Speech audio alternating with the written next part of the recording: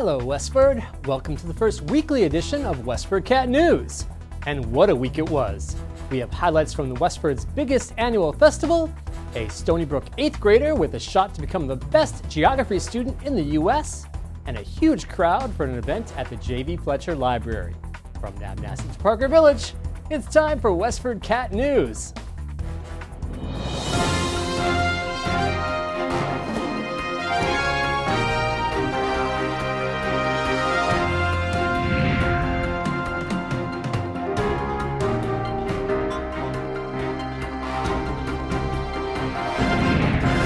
We start with a look back at the 2016 Apple Blossom Festival. According to Westford Kiwanis officials, 53 groups participated in this year's Apple Blossom Parade, with about 3,000 people either watching or walking in the parade, which stretched from Graniteville Road to the Abbott School. After the parade, Emily Morrow was crowned as this year's Apple Blossom Queen, and Nancy Cook was honored as the Westford Kiwanis Person of the Year for 2016. Cook, who has raised approximately $250,000 for suicide prevention, was praised by State Senator Eileen Donahue and State Representative Jim Arciero. Nancy Cook has been selected by the Westford Kiwanis as their 2016 Person of the Year. Nancy, resolved by the House of Representatives, we love you. Thank you for everything you've done. Although official figures are not available, Kiwanis officials believe that this year's carnival was also the most attended in years. WestfordCAT was on the scene throughout the four-day event. For more, make sure to check out our videos of the parade, the post-parade ceremonies, as well as the Battle of the Bands. The Zoning Board of Appeals discussed a proposed 40B on Groton Road recently, following an initial hearing on the development in February. Also known as Alder Point, the proposed development is slated to have 4 buildings holding 8 units in total on the southern shore of Flushing Pond. Since February, the space between the buildings has grown to a minimum of 15 feet. The buffer between the easternmost building and the border of the eastern abutting property, 1 Cobblestone Lane, is now at 20 feet. It's unclear what might be done to increase the distances between each of the buildings, as well as the buildings and 1 Cobblestone Lane. But developers told the board that reducing the number of units to 6 would not be economically feasible. On the western border of the property, abutter Dana Owens sold 0.2 acres to the developers to serve as a buffer between his property and the buildings. Owens had concerns with the development in February, but now supports the project. Probably unlike most 40Bs, I'm here to speak in favor of the project. I spoke in February about my concerns at the open hearing: density, safety, the closeness of the buildings, the wetlands and the issue. My property has probably the largest shorefront on Flushing Pond of anybody, so I have a deep concern about the pond. The developer and I have been working very hard. I spoke then, told you I was in favor of 40Bs. I've worked on 40B projects myself, and I think it's one way to get diversity in the town for people who can't afford to live here. The zoning board is expected to resume discussion on the development at their June 15th meeting. The Conservation Commission will also hold hearings related to the wetlands on the property. The Stony Brook School recently celebrated a newly crowned state champion. Patty Stalker has more. Stony Brook 8th grader Saketh Jonah Lagata will be heading to Washington, D.C. for the National Geography Bee. But first he was surprised by his classmates, school officials, and representatives of the Massachusetts Geographic Alliance to celebrate his victory. Jonah Lagata said he spent 7 hours a day during the summer to prepare for the state competition. Still, he thinks the extra studying proved fruitful in school as well as during the contest. It certainly helped with history a lot, because in history a lot of geographic locations are mentioned, and it was very, I could understand the events that happened in the places since I knew where they were. Although it's still unclear what career path Jonah Lagata will take, Bridgewater State geography professor Vernon Domingo believes he has a bright future. His ability to think spatially will help him wherever he goes, whether it be architecture, whether it be medicine, or whatever. He's able to think spatially and think about human beings as individuals, as groups, and how they interact. That will really be an asset to wherever he goes in life. He has a great future ahead of him. While Jonah Legata will face much stiffer competition in Washington, D.C. than he did at the state and local levels, he still believes a top 10 finish or better is within the realm of possibility. For WestfordCAT, I'm Patty Stalker. Congratulations to Saket. We'll keep an eye on how he does in Washington and let you know the results in a future program. Westford residents got a chance to meet their Muslim neighbors and learn more about Islam at the J.V. Fletcher Library on May 19th. Organized by Westford residents Muhammad and Amanda Zaman, the event provided facts about Islam in America, an Islam 101 presentation, and a lecture on Islamophobia by Mary Lahaj, a Westford resident who also serves as a Muslim chaplain. Following the talk by Lahaj, there was a period of discussion that coincided with an opportunity for several Muslims in the audience to observe evening salat, one of the daily prayers at the core of the Muslim faith. Muhammad was pleased with the outcome and hopes this can begin more dialogue between faiths. In the Quran, it says something like, we didn't make you one community. We made you different communities so we can get to know each other. I think we fear each other because we don't know about each other. The more we get to know each other, ask questions and get answers, the more the issue of Islamophobia could be resolved. The event drew 74 people, one short of an all-time record for the J.V. Fletcher meeting room. What's the weather looking like this week? Here's Giuseppe with the answer.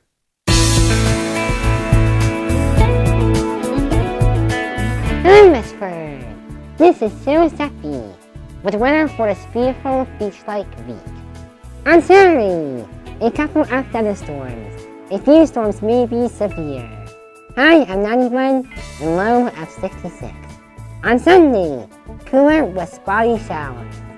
High of 70 and low of 55. On Monday, rain and a thunderstorm. High of 75 and low of 59. On Tuesday, intervals of clouds and sun. High of 84 and low of 61. On Wednesday, mostly sunny. High of 78 and low of 52. On Thursday, sunny. High of 77 and low of 52. On Friday, considerable cloudiness. High of 77 and low of 52. Congrats to the W Senior Class of 2016. Enjoy this week in a beautiful beach weather. Hi, this is Superintendent of Schools Bill Olson with a school system update. This is time for WA graduation. Westford Academy will graduate 413 students on June 3rd at 5:30 p.m. on the football field at Westford Academy.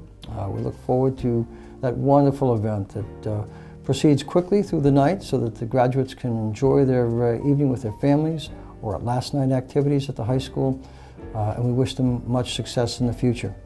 Recently, the Merrimack Valley Superintendents Association held its annual luncheon in Dracut. At that luncheon, the Merrimack Valley Superintendents Association recognizes the top 2 graduating seniors from 26 high schools throughout the Merrimack Valley. This year, Westford recognized Michael Colavita. Michael is the valedictorian of the graduating class of 2016. He is an outstanding student and will be attending Harvard University in the fall. The salutatorian who was also recognized was Alok Puranik. Alok is also just a very, very talented and outstanding student, and he will be attending MIT in the fall, majoring in computer science, and I believe Michael will be majoring in computer science at Harvard University also. At the present time, our Westford Academy seniors have just left for their trip to Disney World. It's an annual trip of great excitement, and we wish them well. I wish them an enjoyable and a safe trip. Additionally, our middle school students are off to Washington, D.C. That's always one of the highlights of the year for the middle school students also. We are recently completing our work on the Food Allergy Committee, and an upcoming school committee meeting in June. The Food Allergy Committee will be presenting its report to the Westford School Committee, and a document that serves as sort of a guidance document to enhance the safety of our students and staff when it comes to food allergies. I'm convening a couple of committees. At the present time, I'm convening a committee to study the classroom of the future. What will education look like in Westford in particular? in the next 5 to 10 years? How will technology be used? How will the physical structure look? What will the role of teachers and technology and virtual learning be? What will the role of innovation and more hands-on project-based learning be? So it's an interesting committee. We've had lots of staff interested in participating on the committee. We're going to select about 15 to 20 staff members. We'll also be starting a cultural committee early next year to begin to take a look at all of the issues that are associated with the increasing cultural diversity in Westford, in Massachusetts and across the country, to make sure that we have a school culture and a town that is very sensitive, very respectful of all cultures. As all of you know, we are most certainly a town and a school system and all departments in the town that are very respectful of all cultures. We want to make sure that we discuss the most recent topics and information, legal rulings, etc., as they apply to our citizens and our students. Lots of terrific things continue to happen. We're always excited in the school system over the progress of our students and our staff, and I want to thank you again for all your support and look forward to seeing you next time. And here's Rekha Sharma with another health tip. Hi everyone, I'm Rekha Sharma, your Ayurveda practitioner, back with a new health tip for WestfordCAT News. Ayurveda is about natural healing. It is a 5,000 years old holistic practice which originated in India with strong emphasis on eating healthy. Today I'm going to talk about grapefruit. It is a rich source of vitamin A and C. It has 90% of water and it is full of electrolytes. It has low glycemic index, therefore helps to reduce weight. It is also anti-cancerous because of the presence of beta-carotenes and vitamin C. It may also help to reduce bad cholesterol and triglycerides. It is excellent in conditions of yeast infection, antiviral, antibacterial. Grapefruit is beneficial when consumed in smaller amounts. One may eat 1 or 2 slices every day and add chunks of grapefruit to roasted vegetables and salads and juices. People on statin drugs, sedatives, and calcium channel blockers and kidney conditions should avoid grapefruit. Please check with your healthcare provider if you have any medical conditions. So see you next time with a new health tip. Bye for now. Get out your calendars. Here's Nikki Penta with a few Westford events coming up in the next few weeks. Habitat for Humanity of Greater Lowell and Westford Girls for a Better Tomorrow are hosting a charity walkathon at the Stony Brook Middle School track. The event takes place from 3 to 5 p.m. on Sunday, June 5th, rain or shine. Don't worry if you're late. Everyone's welcome to stay as long as they want and come anytime before 5 p.m. All proceeds go towards building a safe, decent, and affordable homes for in-need families in the Lowell area. For more information, contact Jen Smagula or Kristen Thomas at wgbtwalk@gmail.com. The Westford Family Fun Fest and the Westford Business Association are holding a kickoff to Summer 2016 event at Kimball Farm on June 11th. There will be dance and karate demonstrations, booths with fun activities, and of course, all the fun and food of Kimball Farm. The event takes place from 11 a.m. to 3 p.m. It's $40 per person, with half of all proceeds going to charity. Staying at Kimball Farm, the town of Westford is holding the 6th annual Strategic Planning Retreat on Thursday, June 16th from 5:30 to 8:30 p.m. The town's looking for feedback on a variety of town priorities and initiatives, and town volunteers and staff are looking to give their updates on what's going on in town and government. Plus, of course, everyone that attends gets free food from Kimball's. To register for the event, go to westfordmass.gov/SPR registration. And last but not least, the Strawberry Arts Festival returns to the Town Common on Saturday, June 18th from 10 a.m. to 4 p.m. Continuing the decades-long tradition, you can expect arts and crafts, merchants, music, and of course, gigantic plates of homemade strawberry shortcake. More information is available at thestrawberryfestival.org.